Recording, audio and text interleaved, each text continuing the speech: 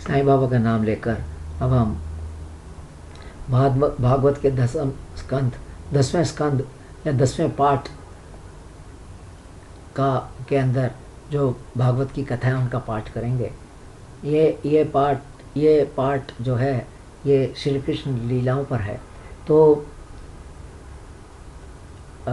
इसकी पृष्ठभूमि यह है कि राजा परीक्षित सुखदेव जी से कहते हैं कि आप हमें अब यदुवंश के बारे में बताएं। सुखदेव जी बताते हैं कि जब दैत्यों ने राजाओं का रूप धारण करके पृथ्वी को डरा रखा था, अर्थात राजाओं का धर्म प्रजा की रक्षा करना है, परंतु यदि वह स्वयं ही प्रजा को दुखी करने लगें तो पाप बहुत बढ़ जाता है। तब ऐसी स्थिति पैदा हो गई थी। उस स्थिति में पृथ्वी ने गाय का रूप धारण किया, ब्रह्मा जी के पास गई। तब ब्रह्मा जी उसे अपने साथ शिव जी के पास ले गए, शंकर जी के पास ले गए, और फिर शंकर जी, ब्रह्मा जी और गाय के रूप में पृथ्वी, ये तीनों नारायण के पास क्षीर सागर में गए। ब्रह्मा जी ने वहाँ पर नारायण की स्तुति की। तब वहाँ पर ये आकाशवाणी हुई जिसमें भगवान ने कहा कि उन्हें पृथ्वी के कष्टों का पता है तथा वह दूर करने के लिए शीघ्र ही वसुदेव के घर में प्रकट होंगे। शेष जी भी उनके बड़े भाई के रूप में अवतार ग्रहण करेंगे। भगवान की योग माया भी लीला का कार्य संपन्न करने के लिए अवतार लेंगी, अर्थात तीनों अवतार लेंगे। शेष जी श्री कृष्ण भगवान के रूप में, नारायण जी और लीला माया भी लीला करने के लिए लेंगी। तो ये तीनों होंगे। ये सुनकर सब वापिस आ गए। अब कथा इस प्रकार है कि मथुरा के राजा शूरसेन थे, वह यदुवंशी थे। एक दफ़ा उनके पुत्र वासुदेव जी देवकी के साथ शादी करने के लिए रथ पर सवार हुए। उग्रसेन का बेटा कंस देवकी का चचेरा भाई था। वह देवकी से बहुत प्रेम करता था, इसलिए वह स्वयं रथ चलाने लगा। देवकी के पिता देवक थे। उस वक़्त आकाशवाणी हुई कि देवकी की 8वीं संतान कंस को मारेगी। तुरंत कंस जो देवकी की तुरंत कंस जो देवकी का चचेरा भाई था, वह यह सुनकर देवकी को मारने के लिए तैयार हो गया। वो सोचने लगा कि अगर देवकी को मार दूंगा तो इसकी संतान मेरे को कैसे मारेगी, ना यह रहेगी ना इसकी संतान होगी।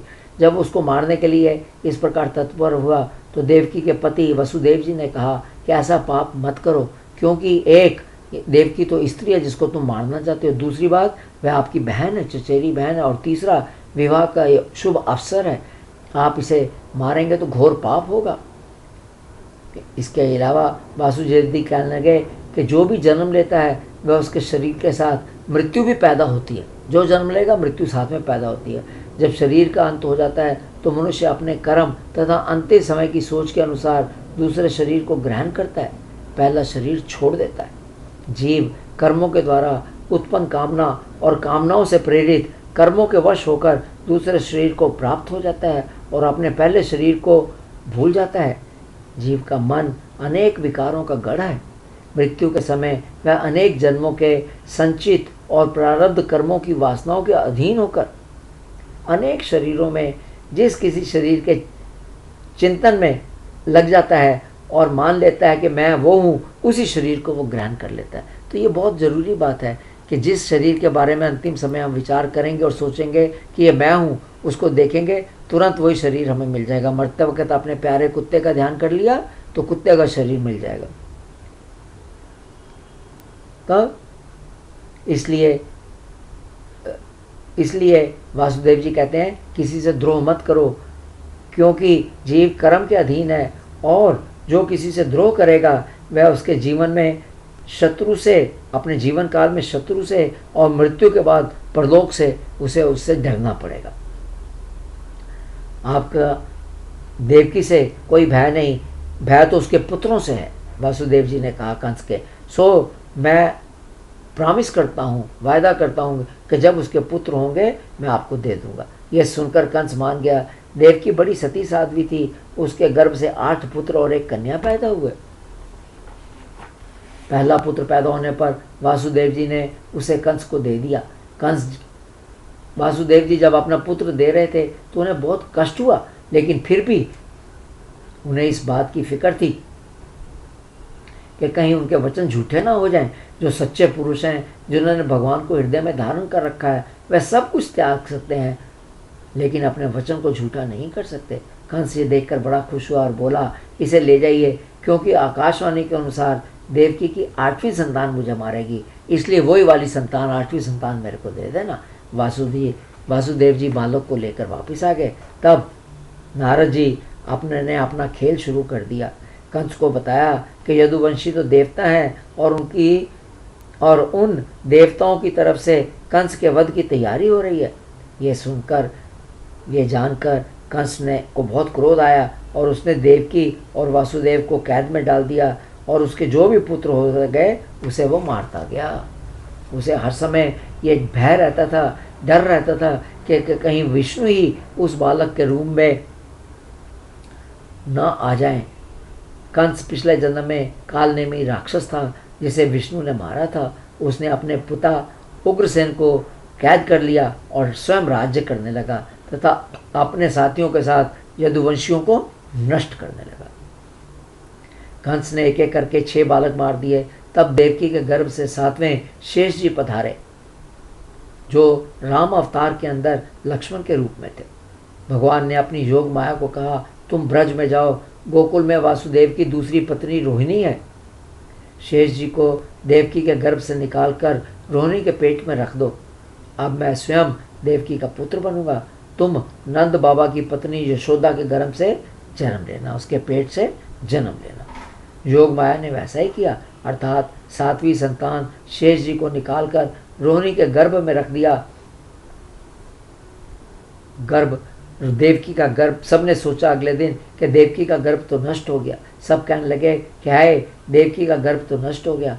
फिर समय पर 8वीं संतान के रूप में भगवान ने देवकी के गर्भ में प्रवेश किया। तब देवकी और वासुदेव के मुख पर एक विशेष कांति आ गई, एक चमक आ गई। कंस के कैद खाने में शंकर भगवान, ब्रह्मा जी, नारद जी तथा और दूसरे देवता आए और उन्होंने भगवान की स्तुति करनी शुरू कर दी। उन्होंने कहा, आप सत्य संकल्प हैं, सत्य से आप प्राप्त होते हैं, क्योंकि असत्य अवस्थाओं में भी आप सत्य हैं। असत्य अवस्था क्या है? संसार की उत्पत्ति, स्थिति और प्रलय। आप जगत के आधार हैं, परंतु जो माया के अधीन है वह सत्य को समझने की शक्ति खो देते हैं। परंतु तत्वज्ञानी पुरुष तो सबके रूप में केवल आपका ही दर्शन करते हैं। जगत के कल्याण के लिए आप अपने अनेक अवतार रूप धारण करते हैं। संतों को सुख देते हैं और दुष्टों को ऐसे अवतार धारण करके दंड देते हैं। कुछ विरले लोग ही आप में पूर्ण एकाग्रता से चित्त लगा सकते हैं तथा आपके चरणों का आश्रय लेकर संसार सागर को पार हो जाते हैं। तथा ऐसे लोग दूसरों को भी संसार सागर पार करने के लिए सहायता करते हैं। तो जिसने खुद प्रभु को प्राप्त कर लिया वो दूसरों को भी संसार सागर से पार करा सकते हैं। जो आपकी भक्ति से रहित है वह तपस्या कर ऊंचे पद पर पहुंचकर भी नीचे गिर जाते हैं। इसके हमारे शास्त्रों में कई उदाहरण हैं। रावण ने प्रभु को प्राप्त करने के लिए बड़ी तपस्या की और फिर वरदान भी लिए, लेकिन अंत में उसका भी नाश हुआ और उसके सारे परिवार का भी नाश हुआ। तो जब तक पेट में भक्ति नहीं है, आत्मा में भक्ति नहीं है, तब तक तपस्या का पूरा फायदा नहीं मिल सकता। जो कोई आपसे सच्ची प्रीति करता है, प्रेम करता है, उनके रक्षक आप हैं। तो जो प्रभु से प्रेम करेगा प्रभु उसकी रक्षा करेंगे। कोई उनके मार्ग में रुकावट नहीं डाल सकता। ऐसे लोगों के मार्ग में जो प्रभु से प्रेम करते हैं कोई रुकावटें नहीं आ सकती। जो पुरुष आपके मंगलमय नामों और रूपों का श्रवण, कीर्तन, सिमरन, ध्यान करते हैं और आप में चित्त लगाए रहते हैं वह संसार चक्र से छूट जाते हैं। तो संसार चक्र से छूटने का क्या तरीका है? प्रभु के ऊपर चित्त को ध्यान लगाना और उनके नाम का कीर्तन करना, श्रवण करना, सिमरन करना। क्योंकि जो सारे लोग हैं जो ऐसा नहीं करेंगे वो संसार चक्र में पड़े रहेंगे। और फिर क्या कहा? अब आप पृथ्वी का भार दूर कीजिए। समय पर भगवान विष्णु देवकी के गर्भ से प्रकट हुए। देवकी जी ने देखा, वासुदेव ने देखा एक अजीब बालक 4 सुंदर हाथों में शंख, गदा, चक्र और कमल, ये 4 चीज़ें पकड़े हुए 4 हाथों में, और छाती पर श्री वत्स का निशान, गले में कौस्तुभमणि, ये सब देखा वासुदेव जी ने एक बालक को जन्म से पहले। वासुदेव जी ने हाथ जोड़कर परमात्मा की स्तुति की, कहा आप पुरुषोत्तम हैं, आपका स्वरूप केवल आनंद है, आप सबके साक्षी हैं, आप प्रकृति से इस जगत की सृष्टि करते हैं तथा प्रविष्ट न होने पर भी सृष्टि के समान जान पड़ते हैं।